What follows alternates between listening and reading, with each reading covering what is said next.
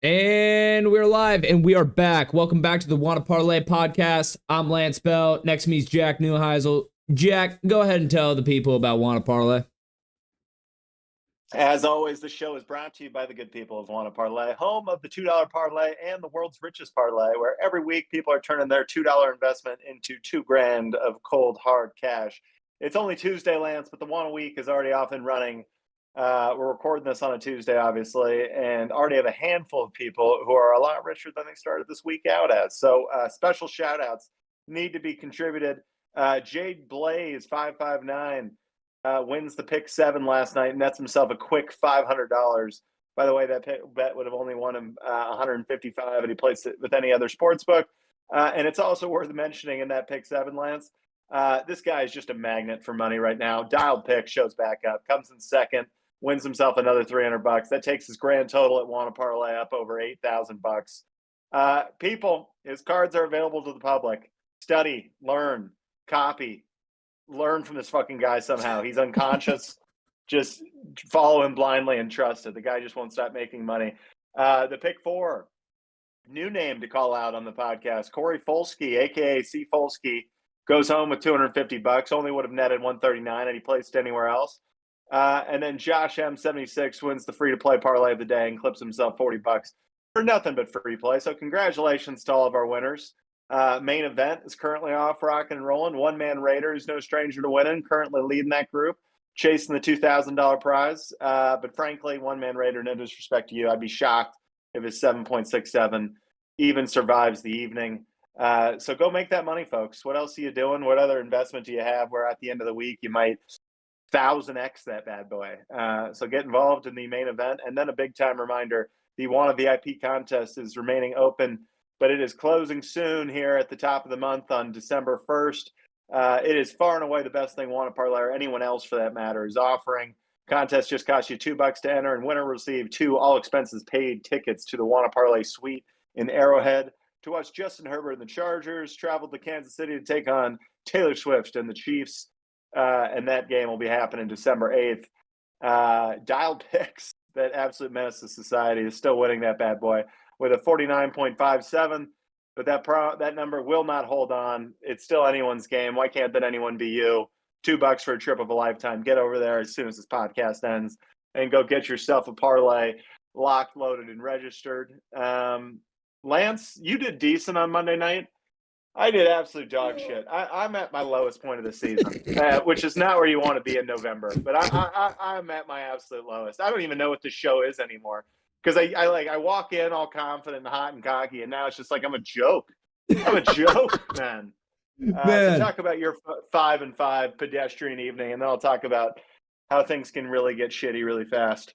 Yeah, going into mine, I knew Cowboys is going to be a stretch. It was a fight against the public, man. I think that's my new seat the rest of the season, Jack. I'm fighting the public. I don't care. I'll win or lose, but my God, I'm not going to be on the same side as the public. Obviously, if it's a slim, that's different, but you know what I'm saying.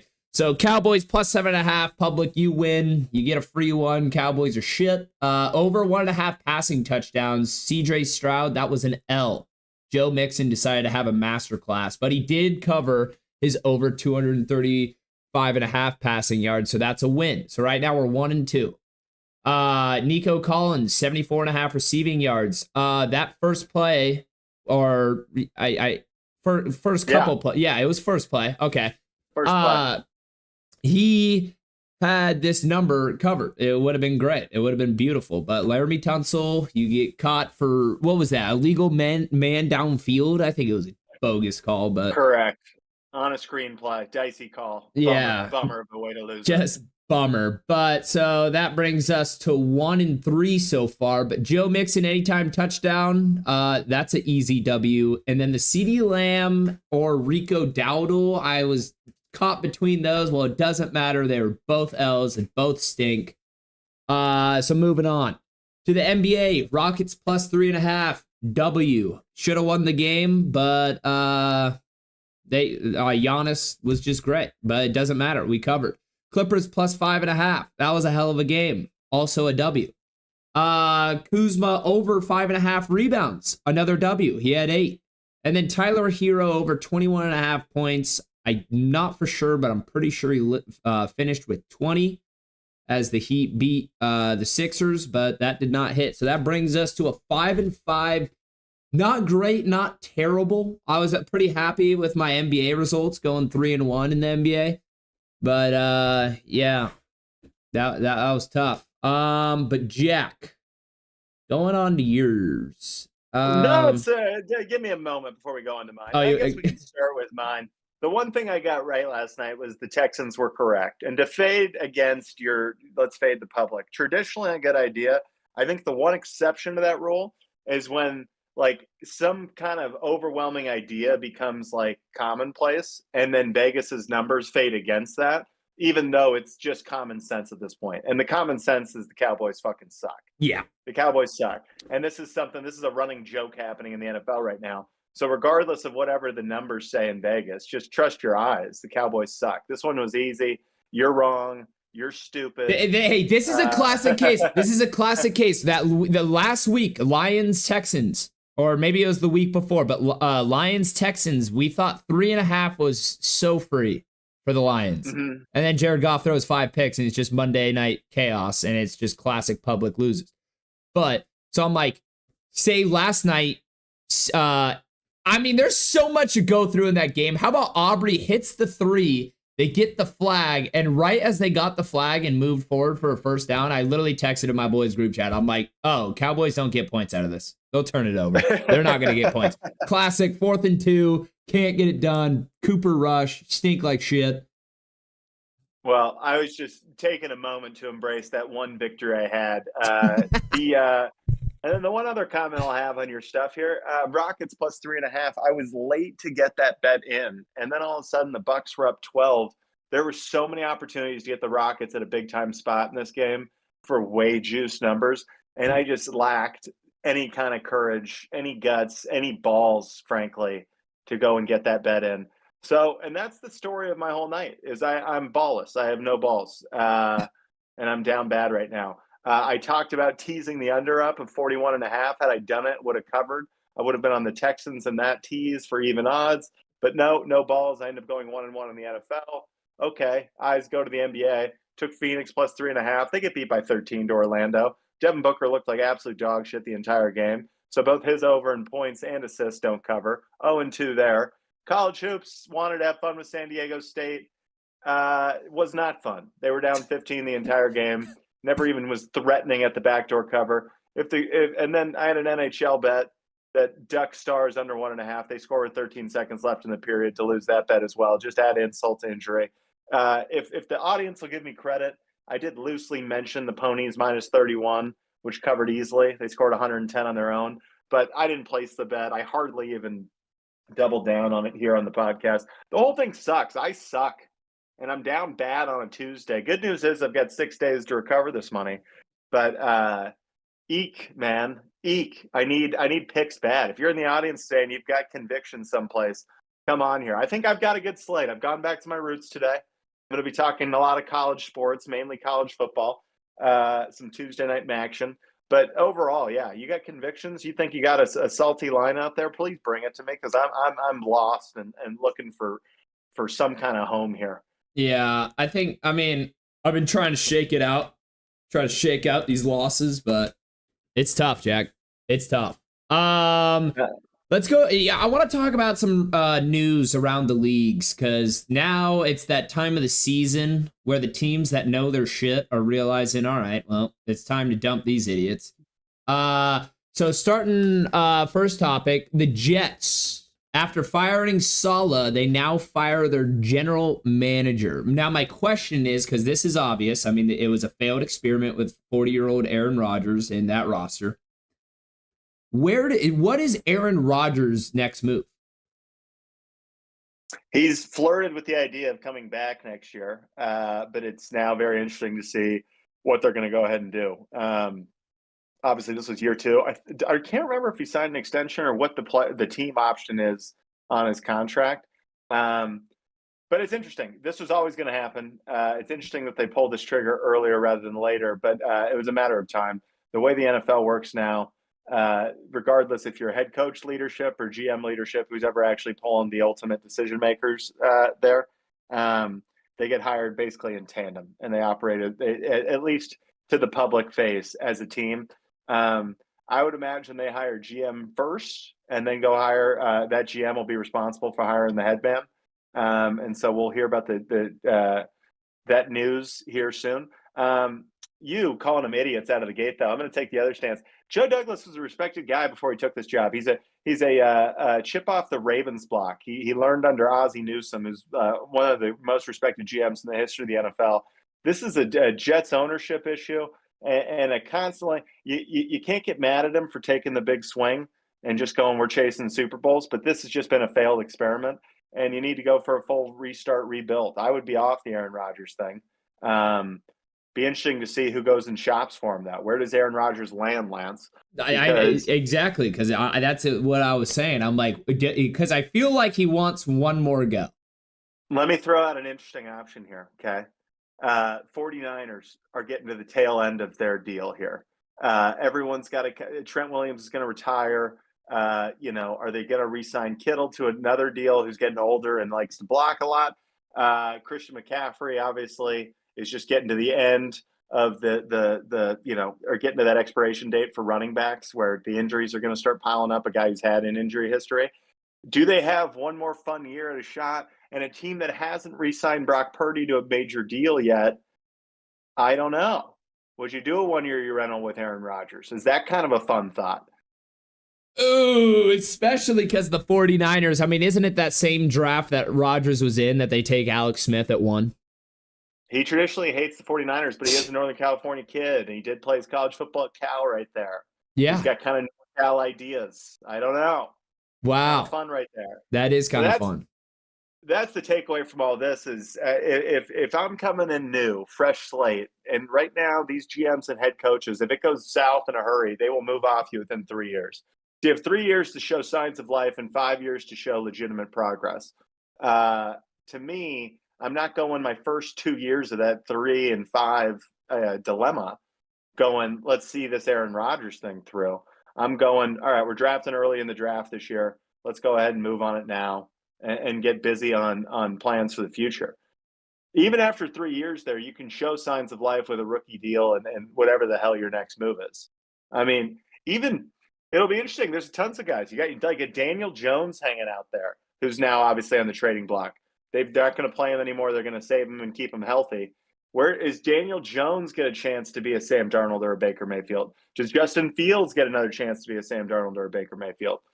Bunch of interesting things to get you on the tide over in a draft where it looks like it's Shedeur Sanders and Cam Ward, and neither look like locks to be franchise quarterbacks. So very interesting stuff there. Take me to the NBA, my man. NBA, this one's pretty fun. 76ers held a team meeting after their loss against the Miami Heat, where they had a 19-point lead. I think either going in or at some point in the first half. Regardless, they choked and lost. And during this team meeting, everyone was holding everyone accountable. And one of the biggest highlights of this meeting was Tyrese Maxey calls out Joel Embiid for being late to all team events. Jack, kind of seeming like, the superstar in the locker room, kind of doing what he wants and being a little bit of a diva. What do you think about I think Maxey's 22, 23, calling out MVP Joel Embiid for his BS? Well, when I speak about the NFL, like we were just doing, I speak as a little bit of an insider. I've coached in football. I've spent my life in football. I kind of know how the inner workings operate there. The NBA, I'm speculating purely as a fan. But this, to me, reminds me of when the Rockets started to go south with James Harden and Russell Westbrook. They were coming off a couple deep finals runs, but ultimately couldn't get over the hump. Harden started showing up late for meetings, started having those the clips coming out with the sticky buns and everything else. Looked like he wasn't taking it seriously. And very similarly, the second star of the team, Westbrook to Harden and now Maxey to Embiid, basically called him out on the start of a just an absolute throwaway season. And the end result of that is Harden, who looked like the guy who's going to spend his whole career in Houston, ends up opting out and demanding a trade. So I know we've been on the process grind a big time here for the 76ers, but there are a lot of teams in the East that seem to have a lot of makings of a championship roster and are completely disorganized and fucked up right now. And some of those teams are getting right. Like the Knicks appear to be, getting organized. Maybe they want to commit to the rebuilt Knicks and the new look Knicks that they've launched out. But you can't tell me the Bucks like where they're sitting. You can't tell me the Sixers now like where they're sitting. There's a ton of teams right now. I think it's going to be a really fun NBA free agents, or not free agency, trade deadline, where we get some major moves here and potentially some star pieces to move around, which always makes it a lot more interesting. The mobility of the NBA is the only thing that keeps that regular season an interesting product. Outside of that, I can't stand watching it. No, I mean, you make great points there. My biggest takeaway from this team meeting, and with everything going on, they're 2-11 right now, and I think, or I'm almost positive, third or fourth place in the East is under 500, or fifth place is under 500. So the East is bad, Jack. The East is not great. So the Sixers have time. Rather than if they were on the West, honestly, the season might be over.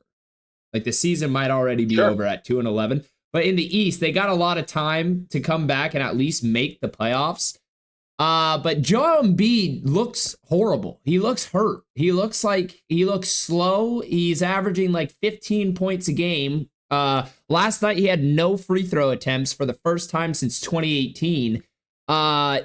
He just doesn't look healthy. So it seems like they've rushed him back. And Paul George isn't playing that well. Tyrese has been hurt. Sixers, I don't know what to think of it. Because I could see both ways, but I do think the Sixers will make the playoffs. I don't have any worries about that. I think they'll turn it around at least a little bit and make the playoffs. I do not think the Sixers team by year's end looks anything like the Sixers team that we see now. I think this is getting completely abandoned. So you think they blow? So what do you think they move on? Do you think they move on stars or try to move on their role? Like, do you think they move on a guy like Paul George or Joel Embiid? Yes. You think one of those two is gone? Yes. Wow.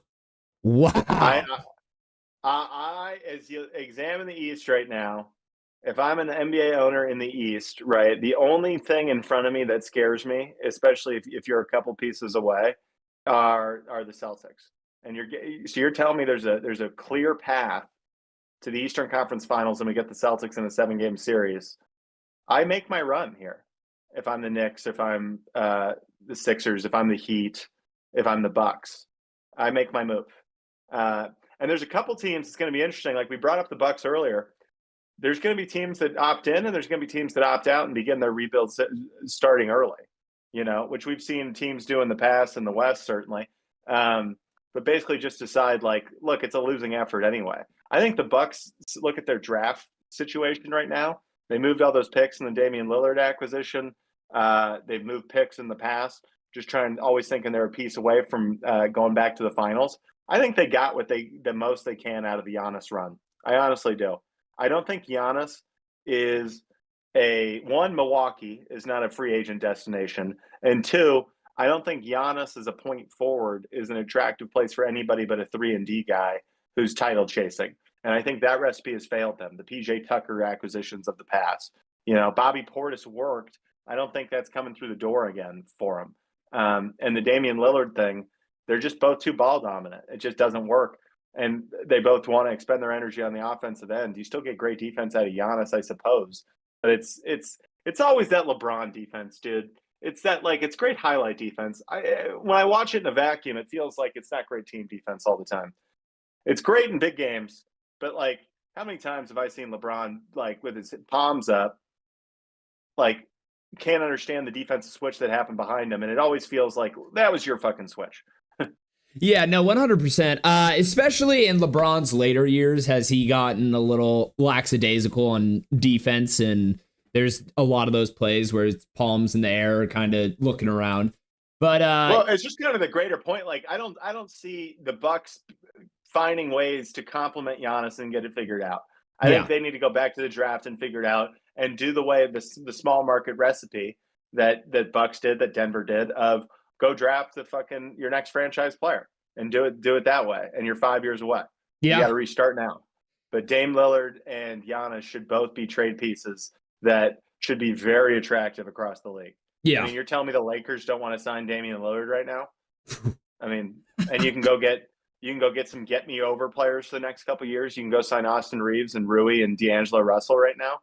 Just take that team over and just be, kind of still sell tickets, but yeah, we're playing for the future kind of squad. Those are culture builders. No, exactly. And especially a guy like D'Angelo Russell, I always see in Instagram comments, because it's like, who would want to trade for this? I'm like, dude, you're getting $15 million on an expiring deal. And in the NBA, that clears a good amount of cap space for opportunity. So there's different ways. It's not, trading for D'Angelo Russell, the player. It's more trading for, your salary cap and how all that works. And I'm not an expert at all when it comes to salary caps and all the nonsense that goes into there, but I know that he has value with his closing out contract.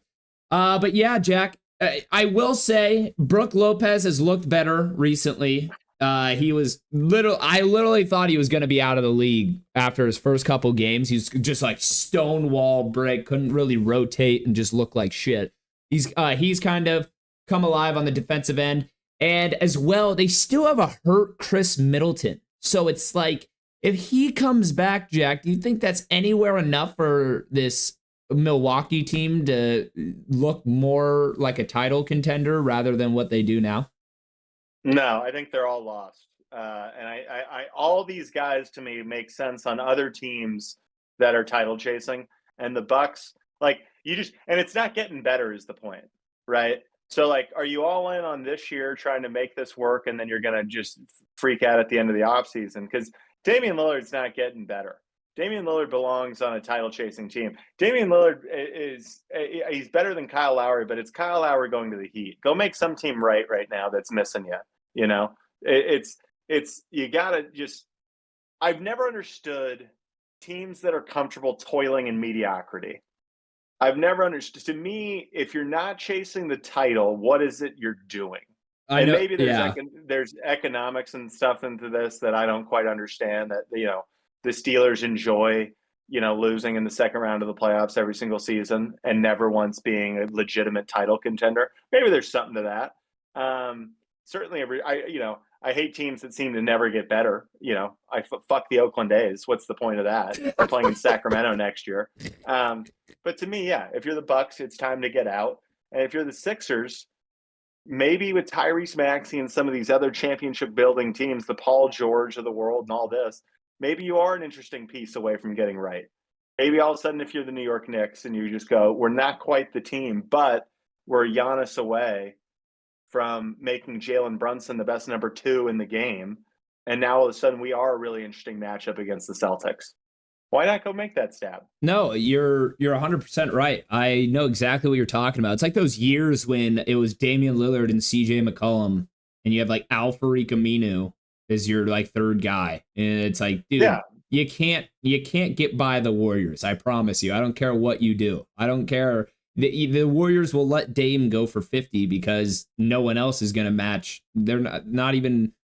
The whole team is going to match 50 points, so they won't even score 100. It's like those years, even Boston, before they made the hump, it felt like those years. I mean, I guess you get caught by LeBron, and there's not much you can do.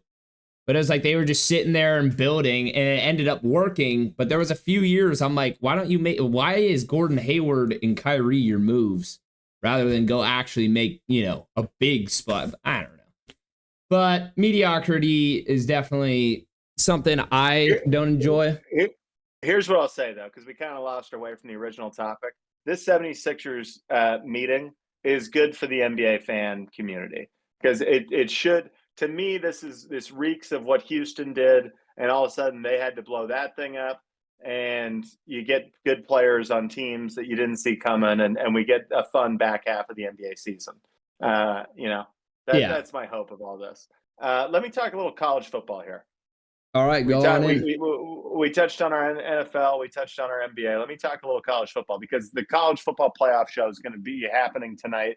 We're going to get the most updated version of the college football playoff rankings. I'll say this, to me, it's all predictable tonight. Miami's still going to be outranking SMU. Still going to see a lot of SEC in there. Georgia will bounce its way back in. Nothing we don't plan on coming. To me, though, the rankings still have nothing to do with what's actually going to play itself out.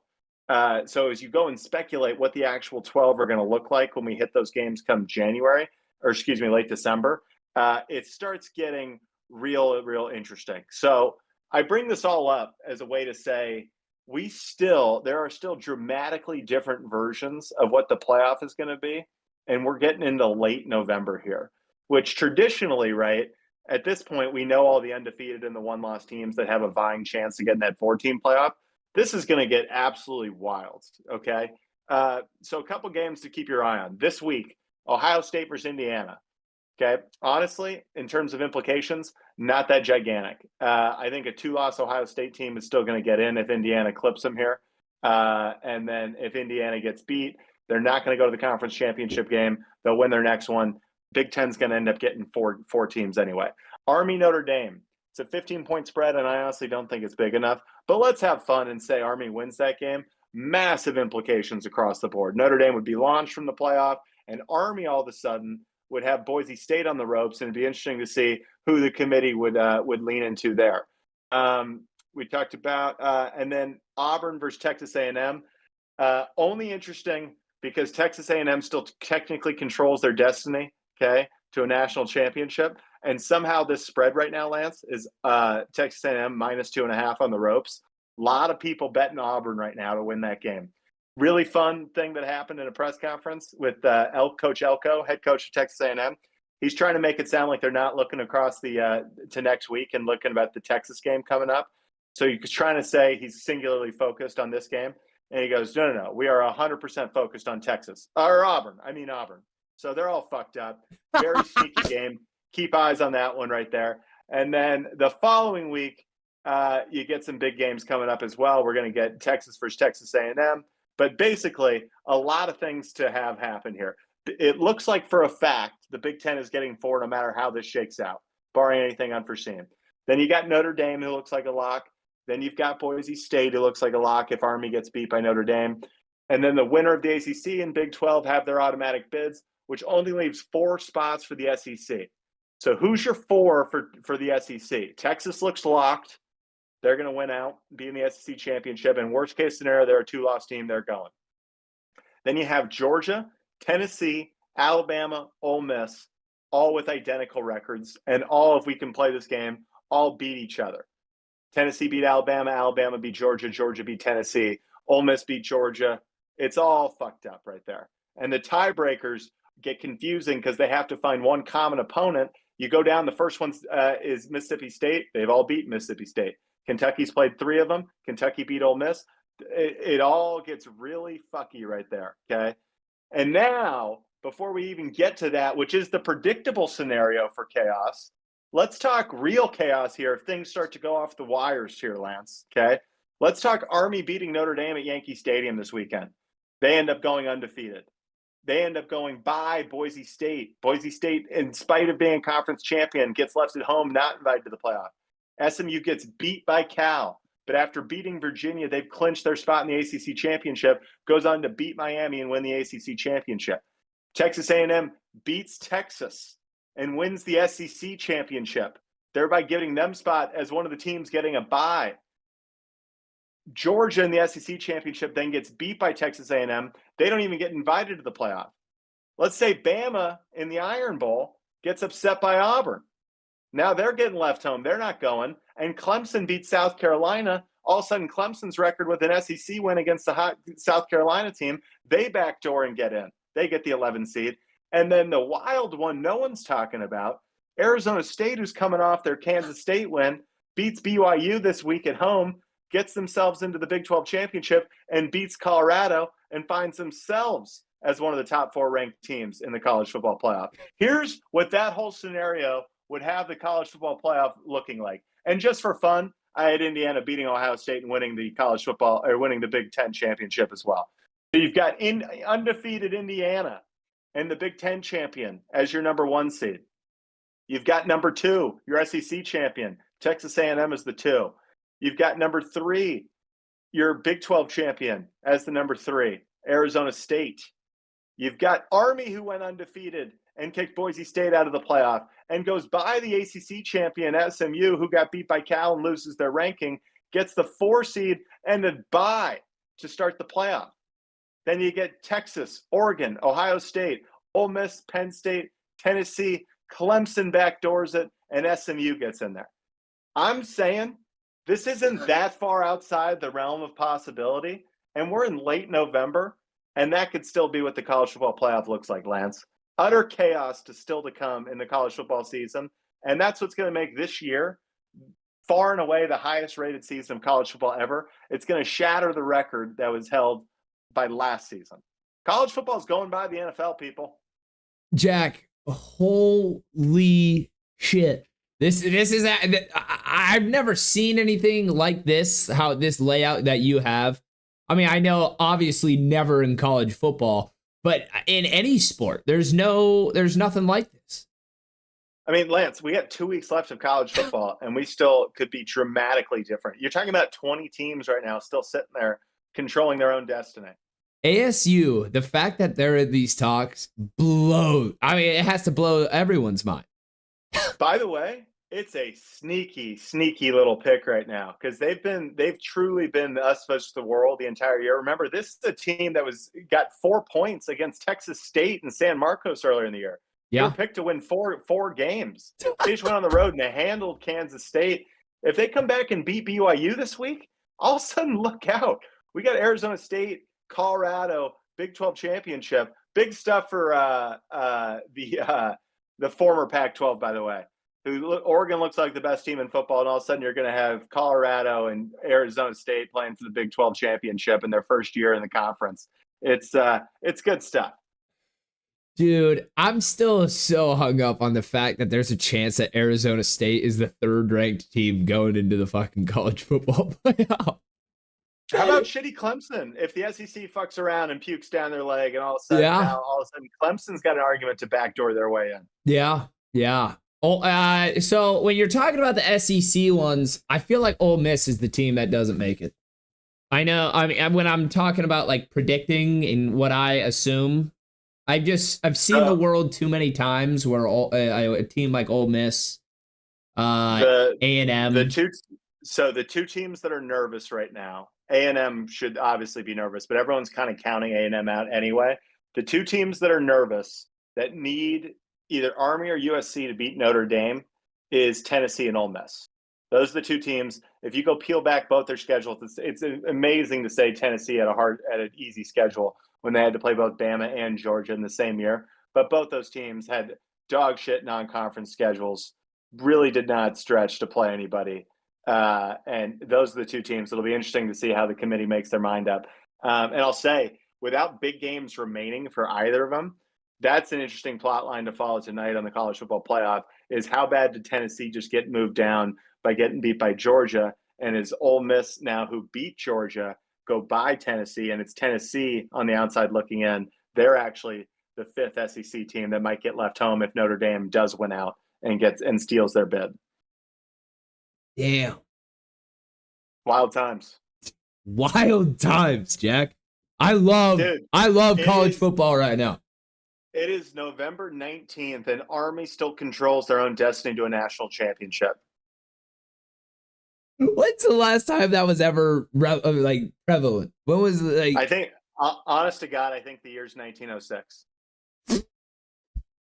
Is that the last time? Wait, no, was that before 2016? Was that when the Cubs won the World Series the last time?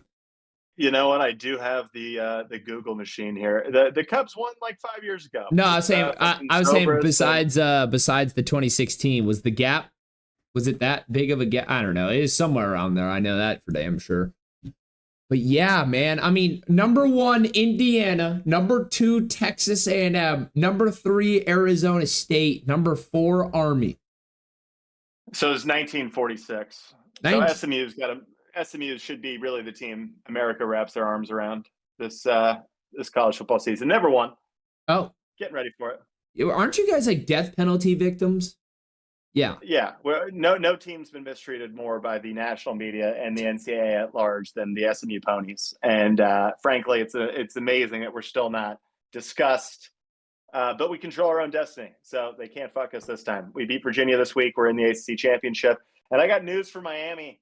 It's bad looking for the Canes right there. Rhett Lashley came off that staff. Is gonna fucking wax that fucking ass. Derek King as well off that staff. Played there. About 8 Miami transfers currently starting for SMU. It's our fucking game, baby. It's our year. Wow. It's our year, Lance. Dude, I will be so stoked for you if you guys make the college football playoff. So that was my big, long, poetic rant about college football and how fucking awesome it is right now. I will say, I felt like having to air that out because there's been some complaints, Lance, on the college football scheduling this year. All these conferences, the SEC is 16, there's 18 teams, Big Ten's 18, ACC 17, Big 12 16, whatever it is, maybe 18, I forget. But because of that, right, the top 3 teams in the ACC this year, SMU, Miami, and Clemson, not one of those teams had to play each other. That's weird. SEC, you look at that, the 6 teams we're talking about that have identical resumes right now. Yeah, they all had to play each other about once. That's why they all have about 2 losses. So outside of that, they really didn't have to leapfrog and all play each other. You're trying to find a conference opponent or one opponent that they all played so you can measure themselves all against each other. And there's not one common opponent between them because that's just the way the conference scheduling worked this year. Which speaks to the fact, Lance, we've been talking about it the entire time we've had this podcast, and people have talked about it. It's not like I've invented this idea, but it's just a fact. Within the next 5 years, college football is going to basically be united under one giant flag. And look out Sundays. Saturdays are going to start feeling really, really good. I've never understood day drinking on Sundays anyway. Day drinking on Saturdays is an American institution. College football is going to blow by the NFL. Jack, that's exactly what I was going to ask you. I was like, when do they go to just like get rid of the SEC, the ACC? Let's just go like a East and West or a, like whatever names. If we want to spend time on Thursday, I can build you college football 2.0. I've got it mapped out in my notes of what the conferences could look like, what the divisions, what the schedules would look like. I got the plan for college football 2.0. I'm lobbying to be commissioner. Jack, I want to do that Thursday, and I want to make it a 2-hour show where we do the whole normal show, and I want to sit here and I want you to actually because I'm actually interested. I know you got the brains for it. Yeah, I can build it. I can tell you right now. I got fun names for the conferences too. Wait till I talk about Manifest Destiny. That's a hell of a conference. Manifest Destiny. Oh man, I'm actually excited. All right. So there's our good yap about the sports we love. Do we want to go into Tuesday night? Oh, you go. No, because I want to get into the Tuesday night picks because I get a little yappy in my picks as well. Hey, I love. Keep going. Mike's still yours. Well, in the spirit of college football, lots of action tonight. Okay, people, huge implications for the Mid-American Conference. Which, by the way, there's fun football being had up there. Okay. Don't sleep on the Tuesday night action. What do you got better to do? You going to a cooking class tonight? You fucking liar. You're sitting there watching sports anyway. So here is the picks tonight. Miami of Ohio, -1 versus Northern Illinois. The sexy pick, Lance, is Northern Illinois because they upset Notre Dame earlier this year. But not once in my life, Lance, I've been accused of being sexy. So the play tonight is taking Miami, who had a tough non-conference slate. They started out 1-4 and have since battled back to now sit atop the conference out of rattling off 5 straight conference wins here. Okay. Miami at home tonight in a game with massive implications for them. I expect them to win, which means they're going to easily cover their -1. Worst case scenario, we're going to get a push out of that bad boy. Another game, same conference, under 56.5, Western Michigan at Central Michigan. We got the battle for the victory cannon in this one, Lance. Last time this game was played in Mount Pleasant, which is where Central Michigan is located, the game was 12-10. That's 22 points for you math majors at home. We got 56.5 to play with tonight. Me likey the under. If you look at the recent box scores, they all agree with me. It is a mild night in the forecast. I wouldn't have hated some rain and a little bit of a chillier evening. But as we know, Lance, the wind and the fog coming off that Chippewa River can always cause for some wacky events, some more wacky evening. So me likey the under tonight. Me likey some turnovers. Under 56.5 in the Western Michigan, Central Michigan battle for the victory cannon. Then staying in that game, staying in the battle for the victory cannon, I'm getting 6 points from the home team tonight. And it's a rivalry game getting played on the largest campus the largest stadium in the conference. I'm looking at their season. They've played tough at home against some of the top teams of the conference. Got beat by Ohio only by 2, which covers this number. They beat Ball State at home. They hung in there against Bowling Green. So give me the Chippewas to cover in a fun game tonight in that one as well. We like the under. We like Central Michigan +6. And then the last game, the last Maction game of the evening, Kent State +10.5 versus Akron. God, do I like this game. And boy, do I hold it close to my heart, Lance. Kent State right now is staring down the barrel of a 0-win season, of going fucking over. It's just no way to live. I was on a coaching staff at the University of Mary, D2. Don't sleep on the Marauders. That was staring down the barrel after being 0-8 of an 0 year. It's not a fun place to be. And what you do, you band together and just say, okay, shit, all of a sudden we're playing for something. We're not going out like this. And we pulled off 2 wins to close out the year. Kent State with just 2 left. This being their final home game of the year, meaning the last game these seniors will play in front of their home crowd for their entire football career. There's not an NFL player on this roster. It's the last time they'll ever play a meaningful game in their lives. And they're playing against a 2-8 Akron team that aren't exactly world beaters themselves, Lance. And Akron has yet to win a road game this year. So I get Kent State with 10.5 to play with. Last time the seniors are playing against their home crowd, against an Akron team that hasn't won an away game yet. Give me the Golden Flashes to cover easy and go nuts, Lance. Let's have fun. I've got nothing to live for. I think win tonight. Let's take the Kent State Golden Flashes money line tonight versus Akron. You heard me. And then I'll let you talk about the pro sports, but let me just sneak college basketball take in here. I don't have a lot. I've not watched this Louisville team, but as I was perusing looking for good bets tonight, I did notice that 89% of the public was hanging out betting Bellarmine's side tonight. So give me Louisville -28.5. I did check up on this. I'm not just blindly going there. This Bellarmine team is 0-4. They're playing a Louisville team that did get beat by Tennessee, but they also beat Morehead State by 48, which easily covers this 28.5. Give me Louisville tonight. Give me Louisville -28.5. Damn. I'm damn near convinced on all of these. I will say the homework. I will say the Kent State betting on a team that's over.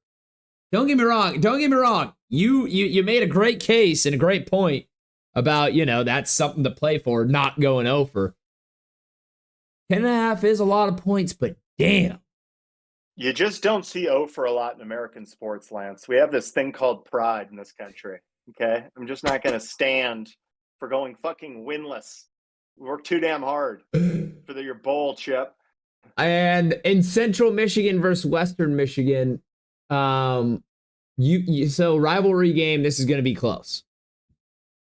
Well, last time this game was played in Central Michigan's home stadium there in Mount Pleasant, Michigan, right off the Chippewa River. I know a lot. It did cover this number. As I go back and look at them playing at home this season, completely different team.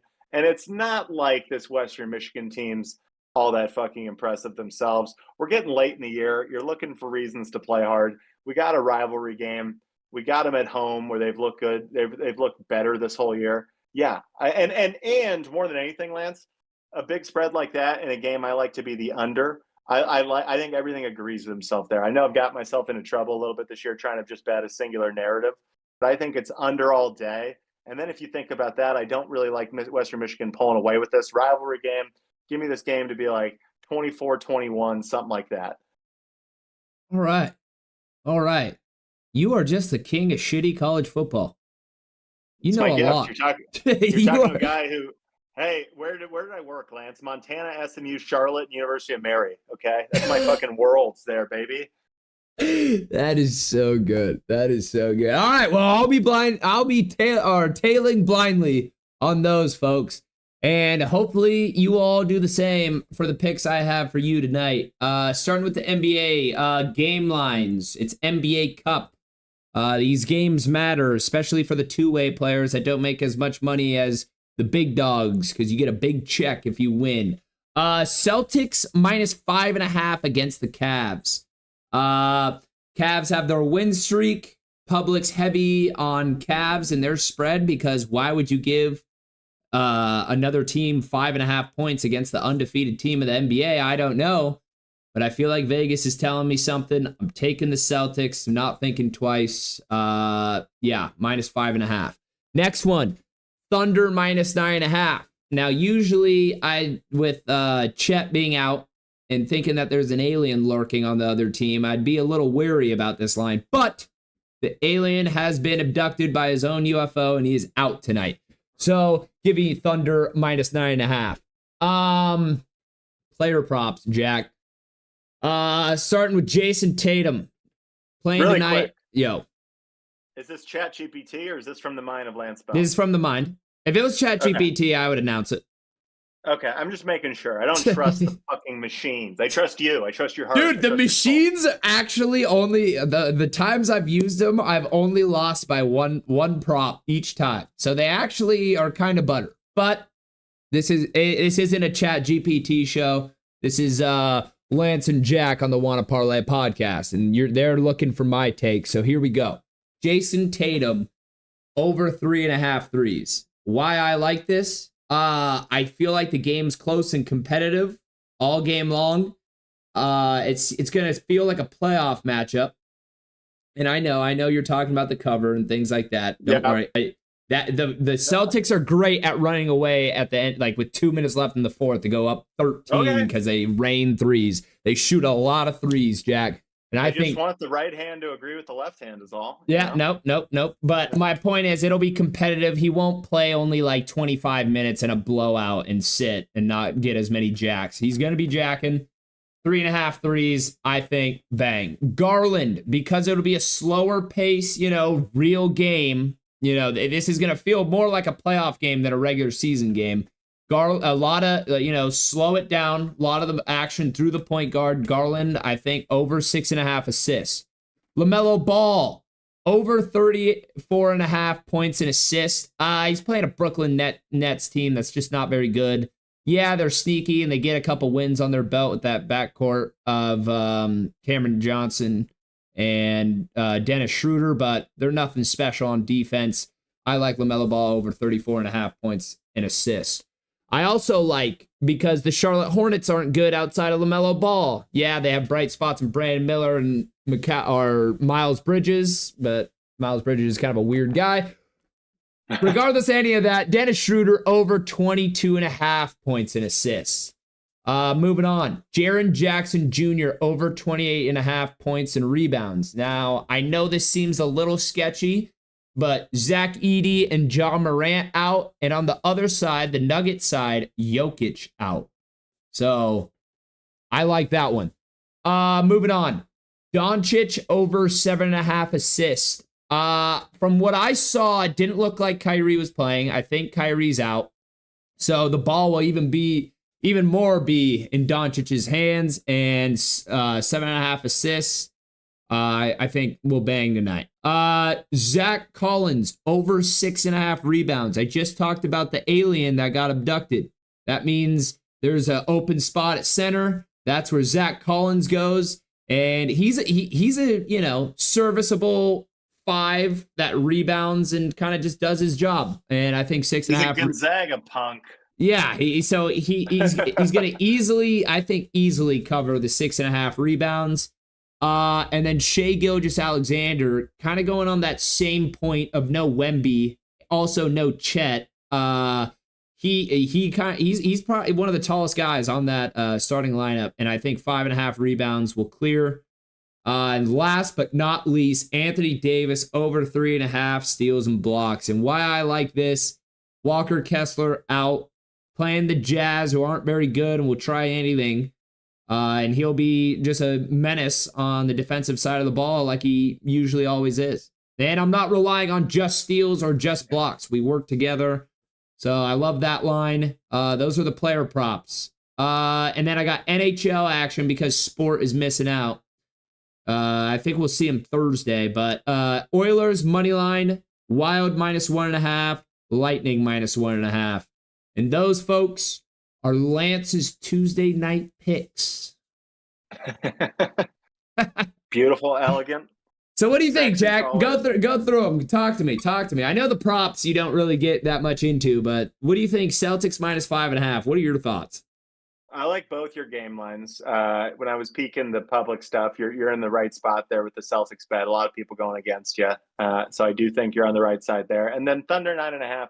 To me, that's your play in. That's a group stage game. To me, that's your play in champion right there. Is the Oklahoma City Thunder. So yeah, I'm good with that. And when you got Wemby out, we're not. It's not like we're going to get some inspired effort from Chris Paul. I think it's Thunder all day.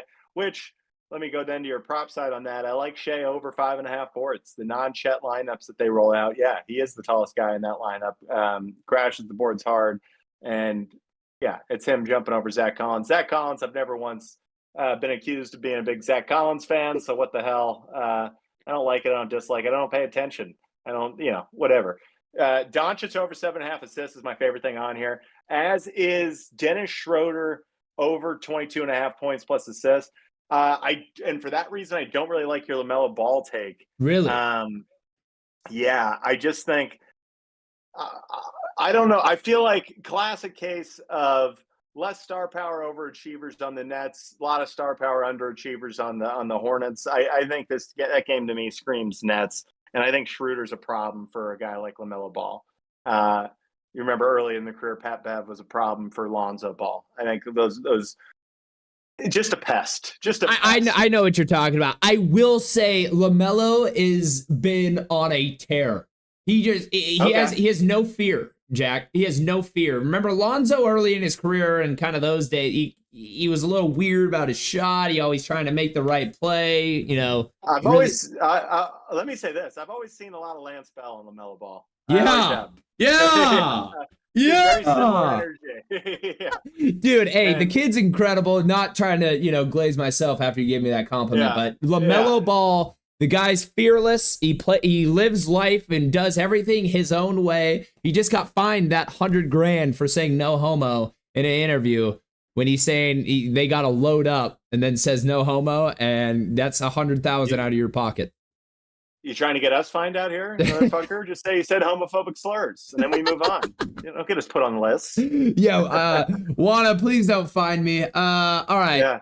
But yeah, so that's what I'll say about the points and assists, because say his shooting night is off, and LaMelo could break off a 14 assist night.